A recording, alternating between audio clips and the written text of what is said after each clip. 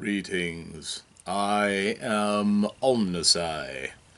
Here once more in my lair to answer another question from the RPG Brigade of Facebook in the RPG Day Challenge. We're closing in on day 31, but today is the 25th, so we'll answer the 25th question. Which is the game that had an impact on you in the last 12 months? Well, that's kind of a little open-ended question. What game? Does that mean what game session or what individual game? I'll answer both, as a matter of fact. Right now I'm currently running, and have for quite some time, 5th edition Dungeons & Dragons. And starting at the beginning of this year, I've gone back to running Warhammer 40,000 Dark Heresy. Prior to that, I was running Werewolf the Apocalypse set in the Caribbean. So I've played 3 different games. We've had some player changes. Added some, lost some. And I'm going to say the game that has affected me or had an impact on me the most, as far as session goes, was the session on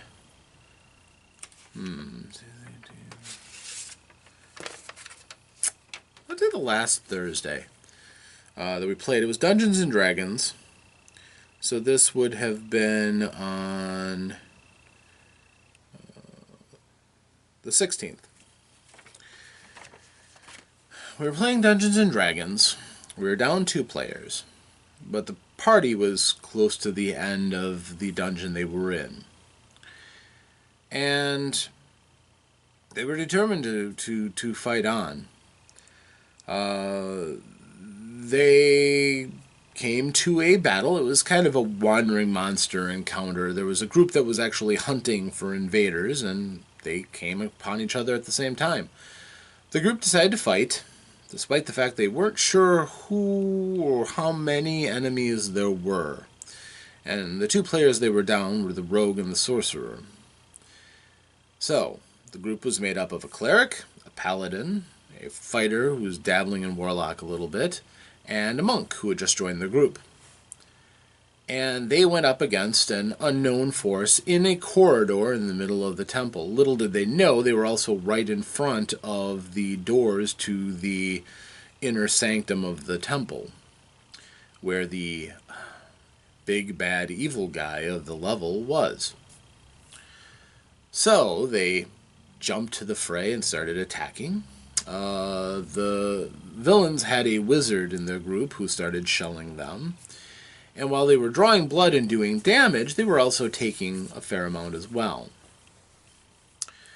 The monk used a technique to bring the wizard into the middle of their group, and they slaughtered the wizard fairly quickly, as you want to do. They generally tend to be very troublesome if left alive to sit back and cast their spells.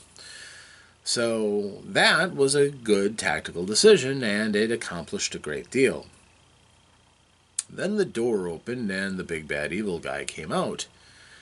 And the group decided, even though they were somewhat dinged up and the paladin had been knocked out from combat a few times, 5th edition Dungeons & Dragons, an interesting mechanic. If you are dropped to 0 hit points, you are on the ground and dying. You have to make saving throws against death or die. And he had been knocked down a few times, but revived with spells of healing, which is common in 5th edition. So the cleric was basically a battery keeping him up, and while he was on the ground and the cleric was healing, they weren't fighting. So it drastically reduced what the party was able to do. So they kept fighting. I don't know, I heard 1 or 2 times it was suggested that the party fall back, retreat. They had a powerful ally at their backs they could have retreated to. But either they were convinced that they couldn't for one reason or another, or they were too stubborn. The cleric and the paladin were dwarves and were being played as very stubborn and aggressive. They certainly were. Their fortunes turned when once again the paladin went down, but this time the cleric was turned to stone. As in, you're a statue, this does not go away until somebody casts a powerful spell to bring you back. Effectively dead. The group didn't have the capacity at that time to bring him back, so it was left for the rest of the party to fall back. There really was nothing else that they could do. If one of them had moved up to help the paladin, they would have been struck down themselves, as they had both been injured fairly sufficiently. And the big bad evil guy, they had knocked him down a bit, but he had been healed again. So they were fighting all over again, a fresh opponent. It was only until half of their party was slaughtered that they finally staged to retreat. To their consternation, the group, actually, to the consternation of the players, of the characters who died, they didn't chase, because they knew well enough that if they fell back, then the group's allies would help them out, which they didn't want to be outnumbered in their own temple, so they held their ground. So the group fell back, half of them. And that impacted me tremendously, because I'm frequently kind of caught between two worlds. I'm a little bit old school. I remember the time when gaming was dungeon crawling, and it was you versus the imagination of the dungeon master.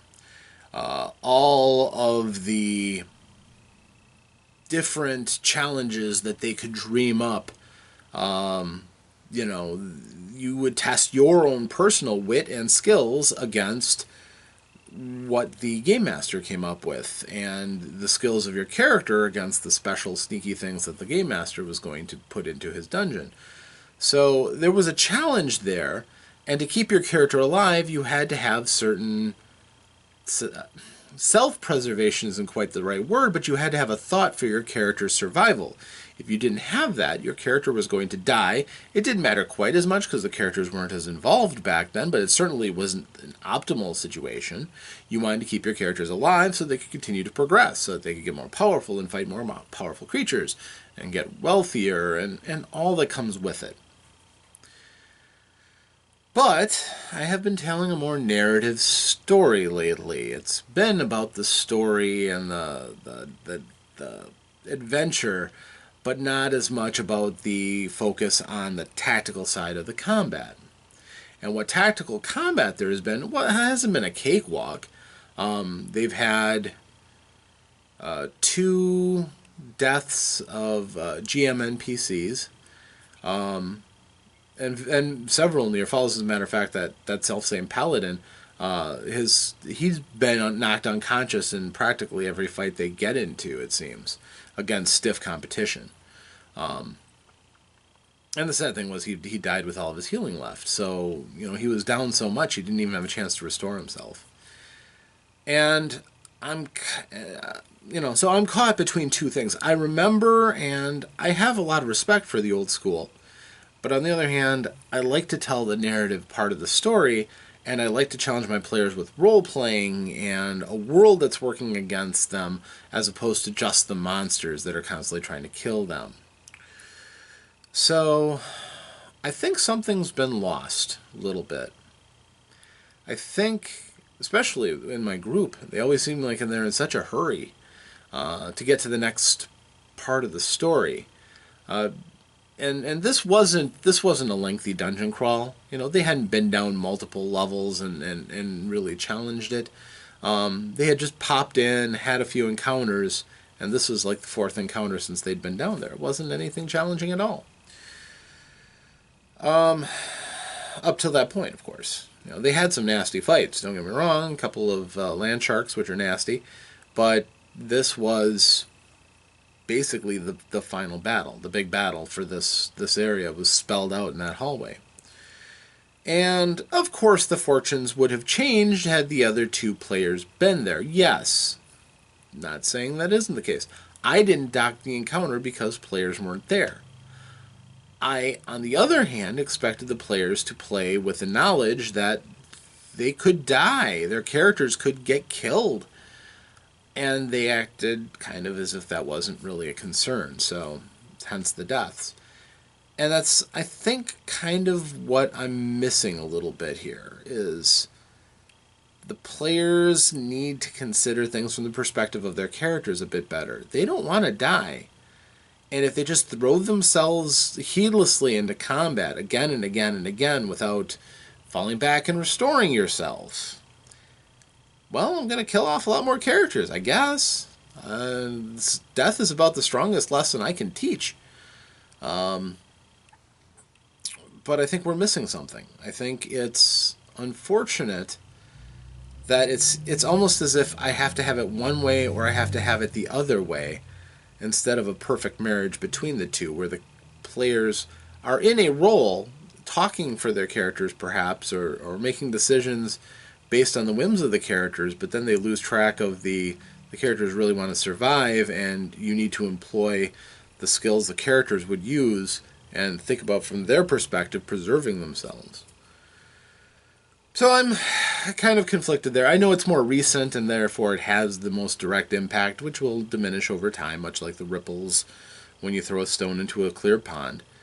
But just right now I'm kind of on a knife edge about, how I feel about the whole thing. The player of the Paladin is very young and will eventually learn over time, hopefully, some amount of caution and when it's time to pack it in, be satisfied that you did the damage you did, and lick your wounds. So we'll see. Obviously it had an impact on me. It hopefully had something of an impact on them. So we'll see if things change. But as far as the individual game that had an impact on me in the last 12 months, I have had a chance to look around at certain games. Recently I came into possession of the rules to the Rollmaster role-playing game. Kind of a hoary old dinosaur. But as I've been reading through it, I can see a lot of key elements that other role-playing games have borrowed and cribbed in. You can feel echoes from Rollmaster in games like Warhammer 40,000. Also picked up a couple of Legenda books. Again, role-playing in the ancient days. It was a series of supplements for designed around Dungeons and Dragons, and some interesting stuff in there too. Not saying they're greatly changing my games, but it is nice to have the perspective.